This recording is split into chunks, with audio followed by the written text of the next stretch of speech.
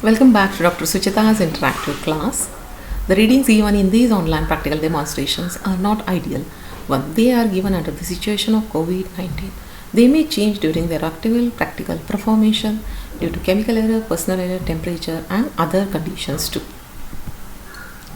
Today we are going to learn one of the online practical demonstration where we are going to determine dissociation constant of tribasic acid. Here we have taken as an example of tribasic acid as phosphoric acid.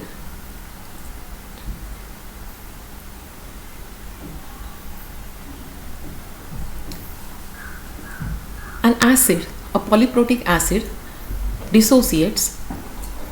When it dissociates, the dissociation constant we can find out by knowing or by measuring the strength of acid. Strength of acid we can measure by knowing the concentration of H plus ion. So when I am putting a polyprotic acid or acid in contact with water, it will start dissociating H plus ion. So by determination of pH, it will become an easy task for us to find out the Ka value. When it dissociates in water, water serves as a base and it accepts the proton which is dissociated from the acid to form hydronium ion, and phosphoric acid becomes an conjugate base. This is an H3PO4 acid we have taken. When it dissolves in a water, it forms a conjugate base as H2PO4 and conjugate acid by accepting the proton of H3O. The dissociation constant for this particular equilibrium reaction, we can find out concentration of product with respect to concentration of reactant by applying law of mass action.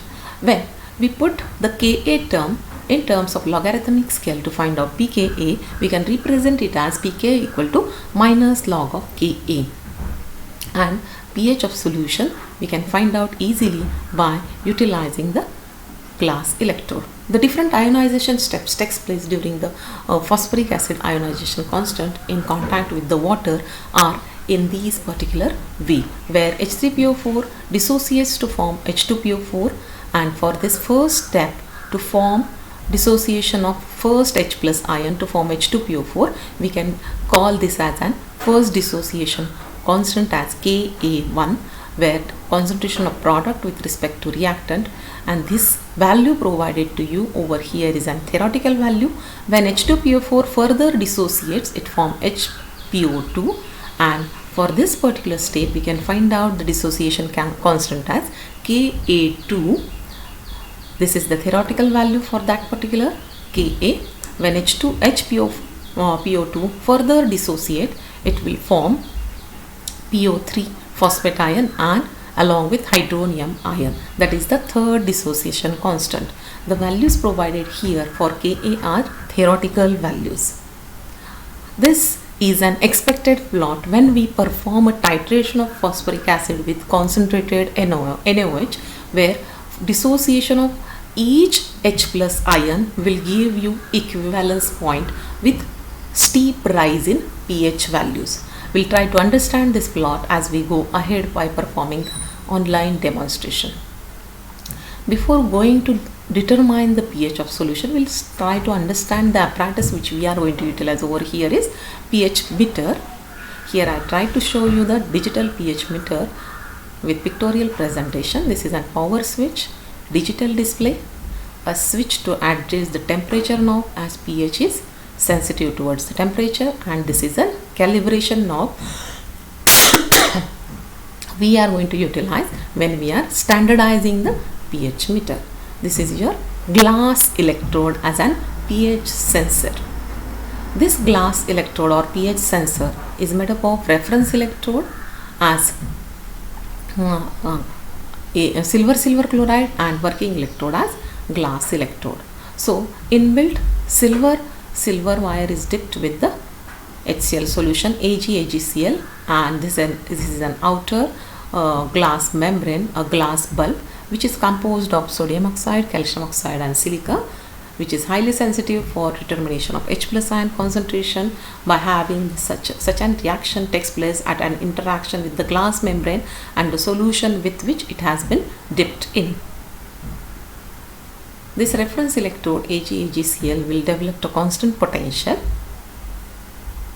and which is combined with the glass bulb to form a glass electrode. We can represent the cell representation as glass electrode, reference electrode, test solution, and again the glass electrode.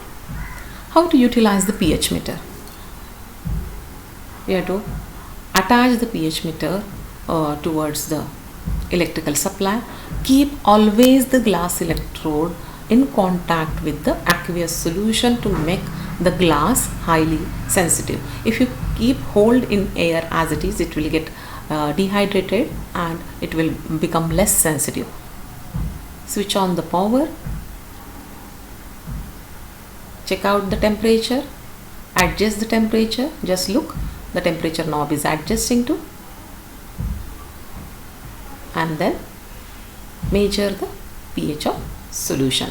Before measuring the pH of solution, you need to standardize the pH electrode or glass electrode. For standardization of glass electrode, you need to have at least a solution whose pH is known to me. Like buffer solutions you can opt, or you can go for 0.05 molar potassium hydrogen phthalate solution, which has a known pH value as 4. So we are going to utilize that particular solution. Yes, when you are performing an experiment for your post-graduation level, it is expected that you prepare the solutions. So here we are going to prepare solution. In a sense, we are going to do the calculations which are required at back end for the preparation of solution. So the task given over here for you is you have to do the theoretical calculation of 0.5 normal 100 ml NaOH solution, 0.1 normal 100 ml phosphoric acid solution, where density is provided to you along with purity, and you have to prepare 0.05 normal 50 ml potassium hydrogen phthalate solution. Do all this calculation and check out it with the answers provided over here. Yes, again we come to the calibration of pH meter, where we are going to utilize the prepared 0.05 molar KHP solution. We'll take that solution in a beaker, dip the electrode in a beaker and check the pH on your digital display device. Yes, you got the pH as 0.045. You have adjusted the temperature knob too. Okay. Now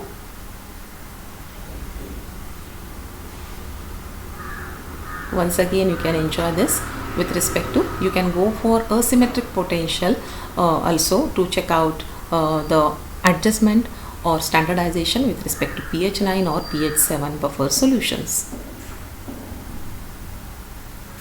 Yes, after standardization you need to wash the electrode with distilled water. So you just dip the electrode in distilled water and wash it.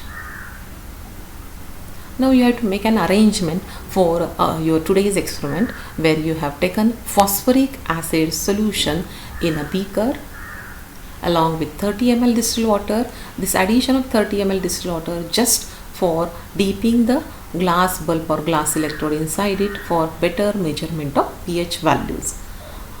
And magnetic stirrer, you have keep this beaker over the magnetic stirrer. This is red color small magnetic stirrer I have tried to show over here, and you are going to utilize microburette, where you have filled this microburette with 0.5 normal NaOH solution.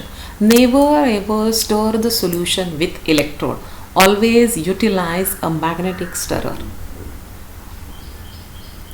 So for every addition of 0.3 ml, you are going to measure the pH.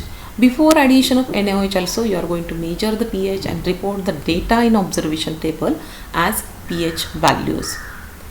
Here I have tried to provide you the pH values for the titration, which you are going to perform here, and you are going to find out the values of delta pH, delta V, difference in the pH values.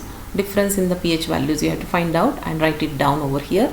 Delta V, difference in a volume, you have to report over here, which will remain 0.3 as a constant. Delta pH upon delta V, you have to find out the values, and mean V you will find out by addition of these two values divided by 2. Further, the pH values for the titration are provided. Yes, after doing the calculation of your observation table with the values of delta pH, delta V, delta pH upon delta V, you are now ready to plot a graph. you will take a graph and you will utilize the graph with landscape orientation. Okay, and you will follow the scale of pH versus volume of titrant added. This is the pH scale you are going to put, and here you are going to put volume of titrant added. For this pH versus volume of titrant added, you will get the nature of the plot with the steep rise as 1, 2, 3 steps, and on the same graph paper you will plot further the graph of delta pH upon delta V values, which you will take on this side. You will put labels of delta pH upon delta V upon this side, and on the same scale where volume titrant added, below that you will put the values for mean V. On the same graph paper, when you draw this graph, it will give you clear cut visualization of equivalence point obtained with the peaks. You can see over here very beautifully 3 peaks are observed with pK1, pKa2 and pK3. So when you get this S-shaped plot, okay, center of this you will get the X values, X1, X2 and X3. These arrows will indicate you, midpoint will indicate you X1, X2, X3 values, which you are going to utilize for your calculations further for finding out pK1, pK2 and pK3. You will report the data in your result table as first dissociation constant of tribasic acid, second dissociation constant of tribasic acid and third dissociation constant of tribasic acid. This is simply the checklist for you when you will go in for offline practical. When your experiment you want to excel with high accuracy, you have to need to check all these things so that you will attempt at first attempt only you will get very good results. This is a simply assignment for you to check out your knowledge or for preparation of your online practical examination. These are few references I have quoted over here. And yes, I'll request you to revise the topic well for basic concepts of pH metry, MCQs based on pH metry, and yes, definitely visit to my channel, link which has been provided over here. Thank you.